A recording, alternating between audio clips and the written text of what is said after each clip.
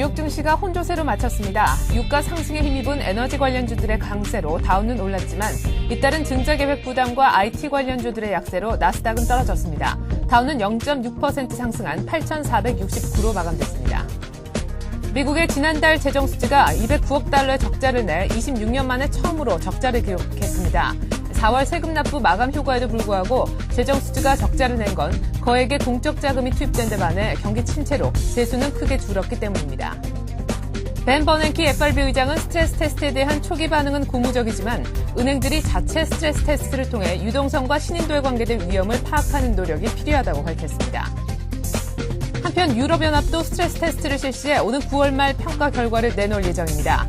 그러나 개별 은행의 자본 확충 필요 액수를 분석한 미국과는 달리 유럽판 스트레스 테스트는 EU 전체 은행 산업의 건전성 등을 종합적으로 평가할 방침입니다.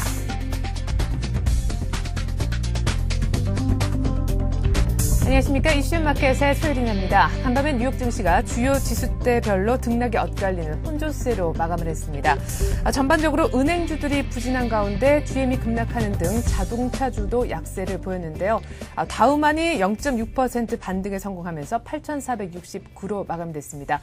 장 막판 다우가 반등할 수 있었던 데는 앨런 그린스펀 전 연준 의장의 주택시장 바닥 관련 코멘트가 주요했던 것으로 보여지는데 보다 자세한 글로벌 증시는 리딩투자증권 우성재 연구원과 함께 정리해보도록 하겠습니다. 안녕하십니까? 예, 안녕하세요. 네, 다우만 반등하면서 뉴욕 증시가 혼조세 보였는데 뭐 여러 가지 얘기가 나올 것 같아요. 마감 상황 정리해 주시죠. 예, 다우 지수 이제 상승으로 장 마감했었습니다. 하지만 지금 S&P 500 지수 같은 경우 0.1% 하락, 나스닥 지수 같은 경우도 0.88% 하락을 하면서 다우 지수만 유독 0.6% 상승으로 장 마감했었는데요. 아무래도 이제 다우 지수 같은 경우에는 이제 다우 지수 상위 종목들만 상장되어 있기 때문에 시가총액 상위 종목인 엑슨모빌 그리고 글락소스미스클라인, P&G, 존슨앤존슨 같은 시가총액 상위 종목들이 지수의 상승을 견인하면서 다우지수만 이제 0.6% 상승한 걸로 나타나는 모습이었습니다. 지금 다우지수의 일봉 차트 흐름부터 먼저 보시겠습니다. 네. 예, 다우지수 지금 장중 시장에서의 계속적인 혼조 장세를 보여주면서 오늘은 이제 상승으로 장 마감하는 모습을 보여주었습니다. 지금 스트레스 테스트 결과를 앞두고 시장에서의 기대감과 함께 유동성 랠리로 인해서 지수의 상승을 견인하는 모습을 보여주었었지만 시장에서는 지금 악재와 호재가 계속 맞물리는 모습을 보이면서 계속적인 이제 행보 장세의 움직임을 보여줄 것으로 예측되고 있습니다.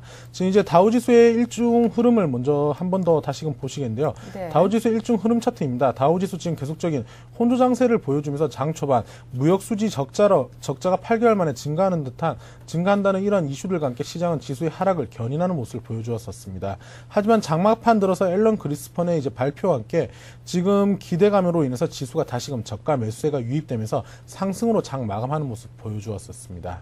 네, 결국 이날 주가가 약보합세로 출발하다가 소폭의 등락을 보이다가 결국은 다우만 반등에 성공하면서 끝나는 그런 흐름을 보여준 것 같은데요. 앨런 그린스펀 전 연준 의장의 발언이 결국 다우 반등을 하게 만든 원인이었지 않습니까? 그 부분부터 좀 자세하게 짚어보죠. 예, 지금 이제 앨런 그린스펀의 그 코멘트 한마디가 시장에 큰 영향을 미치는 모습이었습니다. 예. 결국 시장은 아직까지는 약세장에서의 계속 약세장의 랠리라고 보시는 게 좋을 것 같습니다. 지금 시장에서는 호재와 악재에 따라서 주요 인사들의 코멘트에 따라서 시장의 영향이 급격하게 달라지는 모습을 보여주고 있는데요. 지금 앨런 그린스펀 같은 경우 주택시장이 회복 직전이다라는 것과 함께 금융시장의 개선에 대한 기대감이 계속적으로 지속될 것이라는 발표를 이런 말을 했었습니다. 결국은 시장에서 이러한 것들이 호재로 받아들여지면서 결국은 유동성 랠리 속에서의 저가 매수의 유익과 함께 지수가 반등에 성공하는 모습 보여주었었습니다. 하지만 이제 3월 미국 무역 적자가 8개월 만에 증가세로 전환되는 모습을 보이면서 시장의 기대감은 크게 악화되는 모습을 보여주고 있습니다.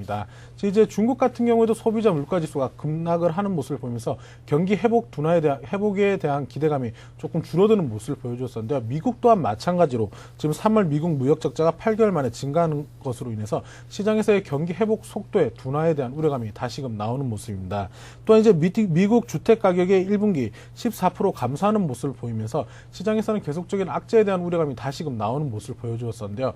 지난주 같은 경우 주요 지표들이 바닥을 찍고 회복세를 돌아서는 모습을 보이면서 경제 회복에 대한 기대감이 나왔던 반면에 오늘 같은 경우 이제 경제 회복 국면이 다시금 좀 둔화되지 않을까라는 우려감이 나오는 모습이었었습니다. 지금 미국 주택 가격이 1분기 14% 감소했던 가장 큰 이유들이 은행들이 가지고 있던 압류 주택을 시장에서 내놓음으로써 인해서 수급에 따른 영향으로 인한 것으로 보여지고 있습니다. 지금 이제 보았을 때 또한 이제 자동차주가 지수의 하락을 견인하는 모습을 보여주었었는데요. GM과 포드 같은 경우 시장에서의 지수 하락을 견인하는 모습을 보여주었습니다. GM 같은 경우에는 지금 파산에 대한 우려감, 포드 같은 경우는 이제 유상증자에 대한 우려감들이 나오면서 지수의 하락을 견인했었는데요. GM 차트의 일중 흐름 먼저 한번 보시겠습니다. 예, GM 같은 경우는 지금 이제 급락을 하면서 갭 하락으로 마감을 하면서 지금 1.09에 까지 저가로 하락하는 모습을 보였다가 결국 20.14% 하락한 1.15에 장 마감했었는데요. 결국은 지금 파산설 이야기가 계속적으로 나왔던 이러한 국면에서 보았을 때 지금 시장에서는 지금 이제 파산에 대한 우려감이 더욱 커지고 있는 모습을 보여주고 있습니다.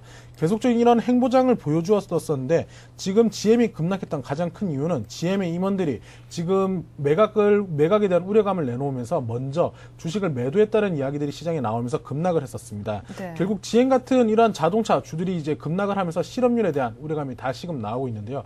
아무래도 미국 같은 경우에는 제조업체가 아닌 이제 서비스업에 가장 많은 편입 비중을 뒀기 때문에 GM이 파산했을 경우 자동차 노조에 대한 실업률들이 크게 증가할 것이라는 우려감이 나오면서 지수의 하락을 견인하는 모습이었습니다. 네, 전날 프리츠 핸더슨 GM CEO도 파산보를 신청할 가능성이 더 커졌다라고 얘기를 했었는데 다음날 곧바로 임원들이 주식을 또 팔았다라는 소식이 들리면서 GM 주가가 장중에 76년 만에 최저치까지 떨어지는 모습이었습니다. 자, 한편 자동차주도 부진했었지만 은행주들도 약세를 보였었죠. 최근 들어 스트레스 테스트 결과 발표 나온 이후에 계속해서 은행주 중심으로 차익 매물이 지금 나오는 모습인데요. 글쎄요, 뉴욕 증시 전반에 대한 어떤 전망 자체를 어떻게 갖고 계신지 궁금합니다. 뭐 더 오른다 하는 얘기도 있지만 너무 과도하게 올랐다는 의견도 있거든요. 예, 지금 같은 경우 이제 미국 증시의 지수의 상승을 한 단계 더 업그레이드 시켰던 가장 큰 이유가 미국 스트레스 테스트 결과가 시장에서 예상치와 부합할 것이라는 기대감이 지수의 상승을 한 단계 더 업그레이드 시키는 모습이었는데요. 먼저 이 부분을 말씀드리기 전에 다우지수의 일봉 흐름을 다시 한번 먼저 체크를 해드리겠습니다. 네. 예, 다우지수 같은 경우 지금 지수가 이제 하락한 이후에 계속적인 상승으로 전환되는 모습을 보여주었습니다. 하지만 지금 다우지수 큰 조정 없이 계속적인 상승 랠리를 이어가는 모습이었는데요. 하지만 이 부근 내외에서의 지금 행보 장세가 이어져 나가는 모습 속에서 금융주들이 다시금 지수의 상승을 견인하는 모습이었습니다. 이 구간에서 시장이 상승했던 가장 큰 이유가 저가 매수세 유입과 함께 유동성 랠리로 인한 지수 대형주들이 낙폭 가대로 인한 상승을 견인했었다면 이러한 부분에서 다시금 한 차례 하락할 수 있었던 여지 속에서 다시금 한 단계 더 상승했던 건 금융주가 지수의 상승을 견인했었습니다. 네. 결국은 지금 시장에서는 계속적인 유동성이 풍부해지는 랠리 속에서 지수가 상승을 했던 것으로 보여지고 있는데요. 지금 이제 스트레스 테스트 결과 이후에 시장의 차익 매물 욕구가 커지는 모습을 보여주었습니다. 지금 이제 5월 7일 이날 이제 스트레스 테스트 결과가 발표가 있었습니다. 예. 하지만 스트레스 테스트 결과 이후에 시장의 차익 매물이 나오는 모습을 보여주었었지만 5위 이평선을 강하게 지지해주면서 다시금 반등에 성공하는 모습이었는데요. 오늘 같은 경우도 지금 금융주들이 지수의 하락을 견인하는 모습을 보이면서 시장의 차익 매물 욕구가 다시 커지는 모습이었습니다. 하지만 지금 보았을 때 시중에 풀려있는 유동성 랠리의 추세는 계속적으로 훼손되지 않고 이어져 나갈 것으로 예측되고 있습니다. 전 세계 정부가 실물 경기 회복을 위해서 경쟁적으로 금리를 낮추었고 지금 그런 속에서 재정 지출을 크게 확대했었기 때문에 시장에서 이러한 것들로 인한 유동성 랠리는 계속될 것으로 보여지고 있습니다. 저금리 기조가 계속되고 있는 상황에서 시장에 돈이 들어갈 곳이 없기 때문에 계속적인 증시에 자금이 유입이 늘어날 것으로 보이고 있는데요. 하지만 이 부분에서 한 단계 더 조금은 심각하게 생각하셔야 될 부분도 있습니다. 네. 지난주에도 말씀드렸던 부분이었었는데 계속적인 유동성 랠리 속에서 지수는 계속적인 급등을 해왔었고 이런 상황에서 저가주인 CT, AIG 같은 3불대, 1불대 초반대의 저가주에 지금 투기성 자금이 계속 몰려 들어왔었습니다. 네. 결국은 지금 보았을 때 골드만삭스나 모건 스탠리 같은 대형 금융주들보다는 CT랑 AIG 같은 이런 저가 금융주들의 지수의 저가 물량들이 계속 들어왔던 가운데 시장에서는 이러한 것들로 인한 급등으로 인해서 지수가 상승을 했었고 시장의 수익률이 높아졌던 만큼 시장에서 이런 한 단계 폭락장에 대한 우려감도 가지고 계시는 게 좋을 것 같습니다. 결국은 지금 시장에서 봤을 때는 안도하기에는 아직까지 시기상조라는 이야기가 나올 만큼 시장에서는 상승과 하락에 대해서 팽팽하게 의견이 지금 보여지고 있는데요. 지금 이러한 흐름세 속에서 다우지수 계속적인 상승 랠리보다는 기간 조정, 이 가격 조정보다는 기간 조정으로 시간의 흐름 속에서 8,500선 내 부분에서 혼조장으로 지금은 보시는 게 좋을 것 같습니다. 예, 알겠습니다. 기본적으로 유동성 랠리 성격은 계속해서 갖고 갈 것이고 단기간의 어떤 가격 조정이 아니라 기간 조정 형태를 받으면서 8,500선 안팎의 아주 좁은 박스권 장세가 이어질 것이다라는 전망해 주셨습니다. 자, 이렇게 스트레스 테스트 관련해서 또 금융 금융주 중심으로 뉴욕 증시 전망까지 한번 해봤는데요. 유럽 쪽도 스트레스 테스트를 진행할 계획이라고 해요. 유럽 쪽 얘기도 한번 들어보죠. 이틀째 약세를 보였었는데 말이에요. 예, 아무래도 이제 미 증시가 하락을 하면서 유럽권에서도 이제 영향을 받는 모습이었습니다. 네. 지금 영국 같은 경우는 0.22%, 프랑스 같은 0.54% 약보합으로 끝나는 모습을 보여주었었는데요. 지금 시장에서는 계속적인 이런 약세를 보였던 이유가 이런 유동성 랠리 이후에 단기간에 다우지수가 급락할지도 모른다라는 우려감이 시장에서는 계속적으로 노출되고 있는 상황입니다. 그래서 앞서 말씀드린 것처럼 이제 다우지수가 기간 조정이 나올 수도 있지만 가격이 급락을 할 수도 있기 때문에 이 부분 내외에서의 매수 세력의 힘이 크게 약화되고 있기 때문에 이러한 것들이 시장에서의 유럽 증시에도 영향을 미치는 모습입니다. 네. 결국 미국에서의 스트레스 테스트를 하면서 유럽권에서도 유럽권 은행에 대해서도 스트레스 테스트를 해야 된다는 이야기가 계속 나왔었는데 결국은 이제 유럽권에서도 스트레스 테스트를 시행할 것이라고 발표를 했었습니다.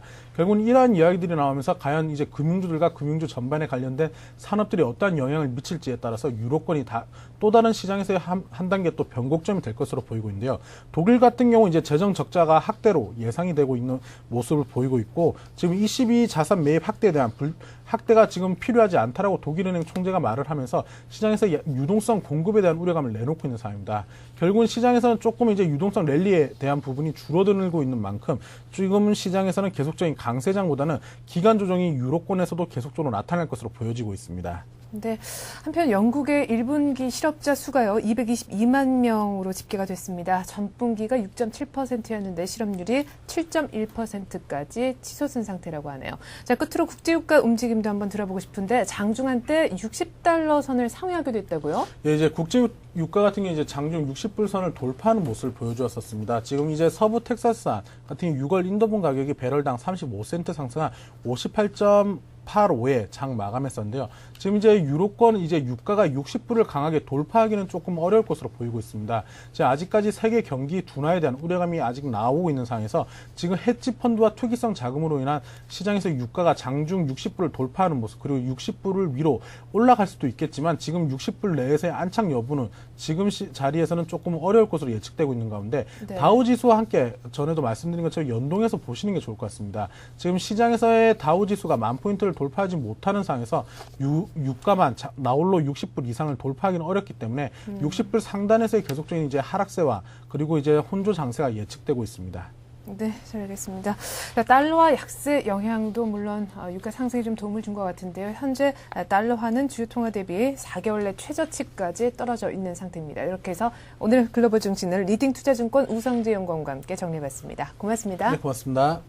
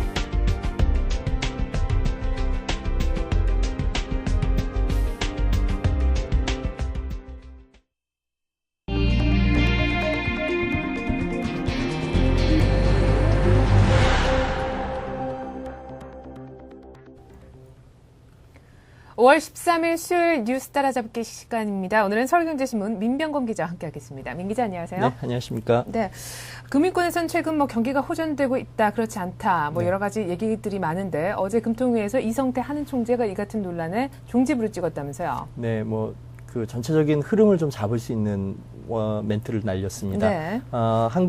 이성태 한국은행 총재는 어제 금융통화위원회를 열고 경기가 현저하게 살아난다고 말하기는 어려운 상황이라고 말했습니다. 또 이 같은 상황이 당분간 지속될 것 같다고 덧붙였는데요.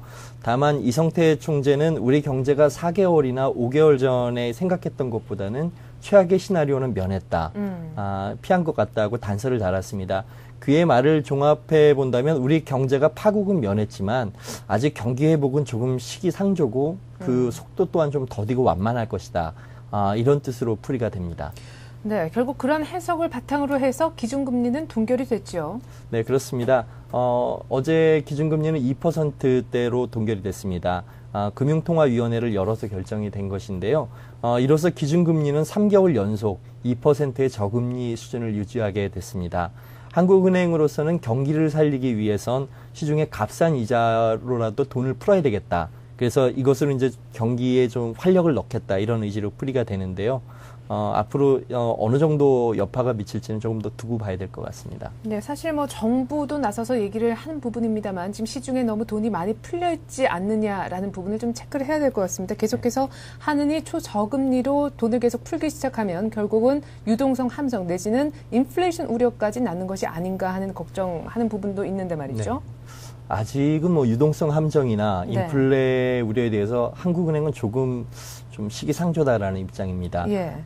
이성태 총재의 발언을 빌자면 지금 상황에서는 유동성이 너무 많다고 판단할 정도는 아니다라고 어제 발언을 했는데요. 예. 아울러서 한국은행도 유동성 관련 지표들의 동향을 통해서 유동성 증가율이 둔화되고 있다라는 판단을 하고 있습니다. 다만 이성태 총재도 시중의 단기 자금이 빠르게 증가하는 것은 관심을 가지고 지켜보겠다는 입장을 밝혔는데요. 네. 결국 이 같은 말들을 종합해 보자면 아직 시중의 자금이 과도한 수준은 아니지만 머니마켓 펀드와 같은 단기 자금화되는 부분은 조금 요주의 사항으로 보고 있겠다 이런 차원으로 풀이가 됩니다. 네, M2 증가율이 둔화되고 있는 것에 좀 더 무게를 실은 듯한 한국은행 입장인 것 같습니다. 자, 그렇다면 기준금리는 앞으로 계속해서 동결이 될 전망이라고 보시는지요? 네, 확실히 경기 회복 신호가 보이지 않는 이상은 네. 당분간은 이런 저금리 기조가 계속될 것으로 보입니다. 이성태 총재의 발언을 다시 빌어보자면 통화정책을 당분간 금융 완화 기조로 지속할 것이라고 어제 밝혔는데요. 기준금리 동결이 당분간 계속될 것이라는 의미죠. 또 한국은행이 어제 발표한 국내외 경제 동향 보고서를 보아도 경기 상황에 대한 불확실성이 높다고 분석이 되어 있습니다. 따라서 저금리 기조가 단기간에 갑자기 바뀌는 것은 어렵지 않을까 하는 게 일반적인 시각입니다. 네. 자, 그리고 요즘 기준금리 못지않게 관심을 받고 있는 것이 다름 아닌 원달러 환율이죠. 이번에 환율 얘기를 좀 해보고 싶은데요. 한때는 달러 대비 원화 환율이 참 너무 높아서 또 걱정이었었는데 요즘은 또 급격히 떨어지면서 원달러 환율이 1,200원대로 내려앉은 상황 아니겠습니까? 이런 일에서 뭐 수출업체들은 울상인데 한국은행은 어떤 입장을 갖고 있습니까? 아직은 뭐 환율에 직접적으로 간섭하기는 좀 이르다라는 입장인데요. 예. 한마디로 관망하겠다는 태도입니다. 이성태 한국은행 총재도 어제 환율에 대해서 시장 흐름에 따라 움직임을 지켜보는 것이 정책 당국의 정책 당국의 바른 태도라고 밝혔는데요. 예. 그는 적정 환율 수준은 단순히 수출 경쟁력 이외에도 물가 안정과 같은 다양한 요소를 함께 고려해야 한다는 입장입니다. 네, 환율이 적정 수준을 알아서 찾아갈 것이다 하는 것이 한은의 어떤 느긋한 입장인 것 같은데요. 하지만 정작 수출 기업들은 또 마음이 좀 급하지 않겠습니까? 네, 수출 현장에는 사실 지금 발등에 불이 떨어진 상황입니다. 현재 환율 수준이 수출 채산성의 마지노선을 육박하고 있다라는 분석인데요. 예. 삼성전자와 LG전자를 비롯한 반도체 및 전자업종의 경우를 보면 수출 환율 마지노선을 달러당 1,100원 선으로 보고 있습니다. 현대자동차와 같은 자동차 업체 역시 달러당 1,100원 밑으로 환율이 떨어지게 되면 좀 어렵다 이런 입장이거든요. 이덜기업은 환율이 달러당 1,100원 밑으로 떨어지게 되면 체질 개선과 원가 절감에 나설 수밖에 없다는 입장인데요. 그런데 이 체질 개선과 원가 절감이라는 표현이 자세하게 들여다보면 인력 구조 조정이나 협력업체의 납품 단가 인하 등을 담을 수 있는 내용이거든요. 네네. 따라서 환율이 계속 이렇게 떨어지게 된다면 그 피해를 고스란히 중소 협력업체들이 떠안게 되는 위험에 처하게 됩니다. 네.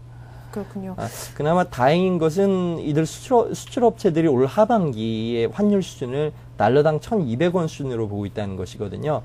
다만 외환시장의 변수가 워낙 많기 때문에 수출업체들은 아직 안심을 하기는 좀 이르다 이런 입장입니다. 네, 계속해서 전문가들에게 이제 전화 연결을 해봤을 때 말이죠. 네. 적어도 1,200원 선은 지지가 될 것이다라는 얘기가 있지만 물론 여기에는 정부의 어떤 마지노선을 또 지키게끔 하는 그런 개입도 역시 좀 녹아든 부분인 것 같습니다. 하지만 정부가 대응할 수 있는 부분은 역시 한계가 있지 않겠습니까? 전반적인 글로벌 환시장의 분위기가 역시 중요할 텐데요. 일단 네. 달러와 가치가 어떻게 될 것이라고 보시는지요? 일단 미국 연방준비제도 이사회의 의장인 벤 버냉키 의장이 의미심장한 발언을 했습니다. 그는 현지 시각으로 지난 11일 한 금융 컨퍼런스 행사에서 미 달러화가 앞으로도 강세를 계속 유지할 것이라고 밝혔는데요. 네. 그는 달러화 강세를 자신하는 두 가지 이유를 들었습니다. 그 첫 번째 이유로는 미국 경제가 여전히 강하다는 점이고요. 두 번째 이유로는 물가 안정을 위해서라도 연방준비제도 이사회가 통화 가치를 계속 주시하고 있겠다. 이런 이유를 들었습니다. 우리나라도 마찬가지입니다만 미국 정부 역시 경기 부양을 위해서 천문학적인 규모의 재정을 풀어놓은 상황입니다. 이것이 내수 부양의 효과를 일으키기 위해서는 물가 안정이 수반돼야 되는 상황이거든요. 따라서 달러 가치가 높아서 수입 단가를 낮춰야 된다는 것이 미국 정부의 입장입니다. 아울러서 미국 정부는 금융위기 이후에 기축통화로서의 달러화 위상이 낮아진 점에 상당히 신경을 많이 쓰고 있거든요. 네. 따라서 이 달러화의 체면을 지키기 위해서라도 달러 강세를 지킬 것으로 보입니다. 이 같은 정부의 방침은 일단 원달러 환율이 급락되는 것에 대해서 어느 정도 안전판 역할을 할 수 있지 않겠느냐라는 네. 것이 전문가들의 입장입니다. 네, 그렇겠네요. 그렇다면 우리 뭐 삼성전자라든가 우리 주요 수출 기업들도 그렇게 또 크게 걱정을 하지 않아도 되는 부분이 될 수 있을 것 같습니다.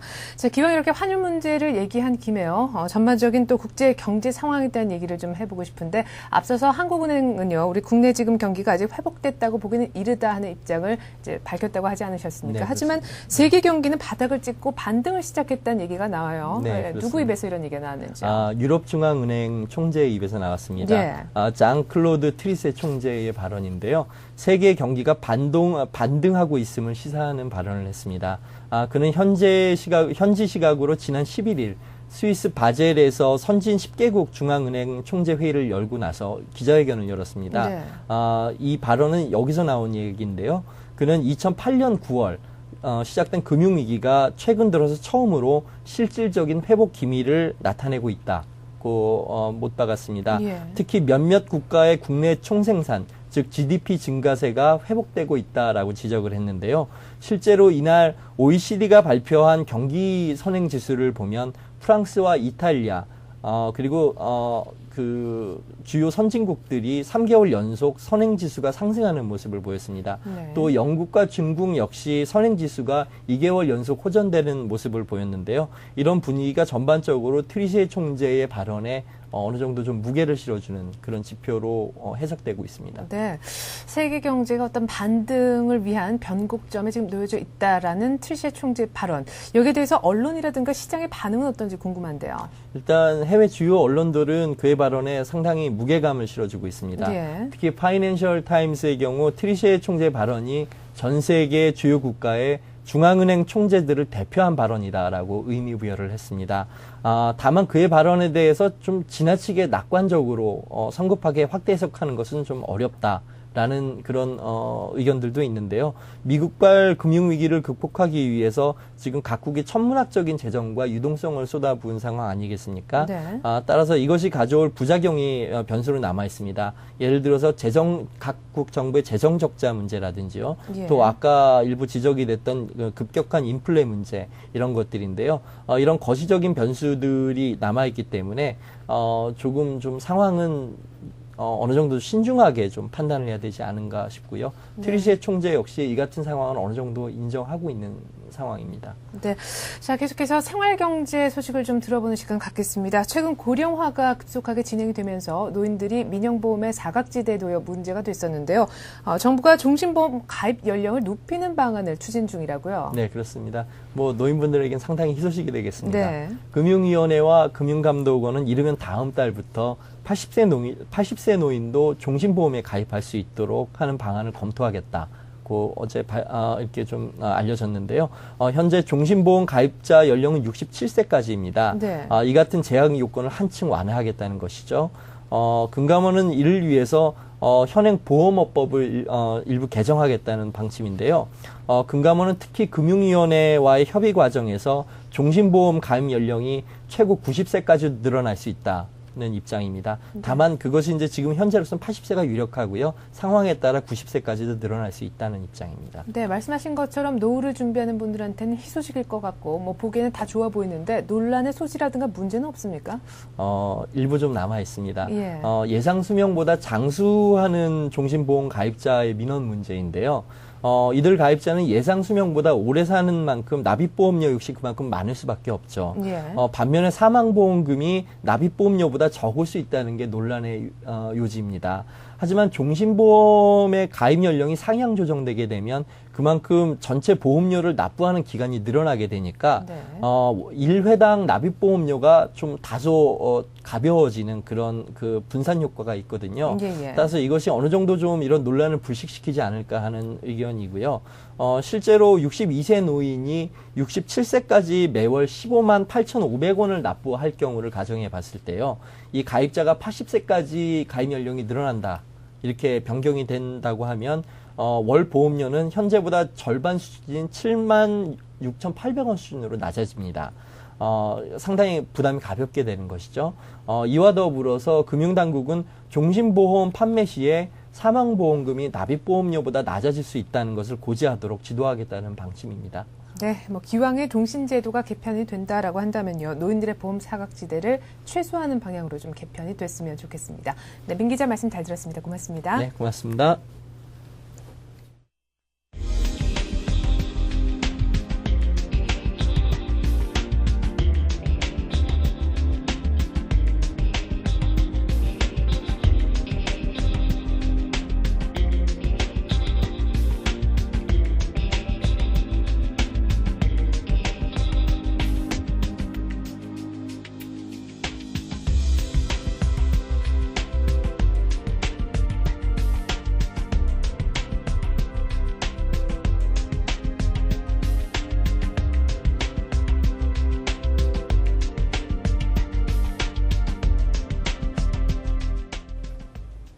네, 간밤에 뉴욕 증시가 혼조세로 마감이 됐습니다. 다우만 0.6% 소폭 올라 8,469로 마감이 됐는데요. 전반적으로 은행주가 부진한 가운데 GM이 급락하는 등 자동차주들도 약세를 면치 못했습니다. 이 같은 흐름이 오늘 우리장에 또 어떤 영향을 미칠지 저는 1시간 뒤에 출발 센 증시에서 보다 자세하게 우리장 소개해드리도록 하겠습니다. 고맙습니다.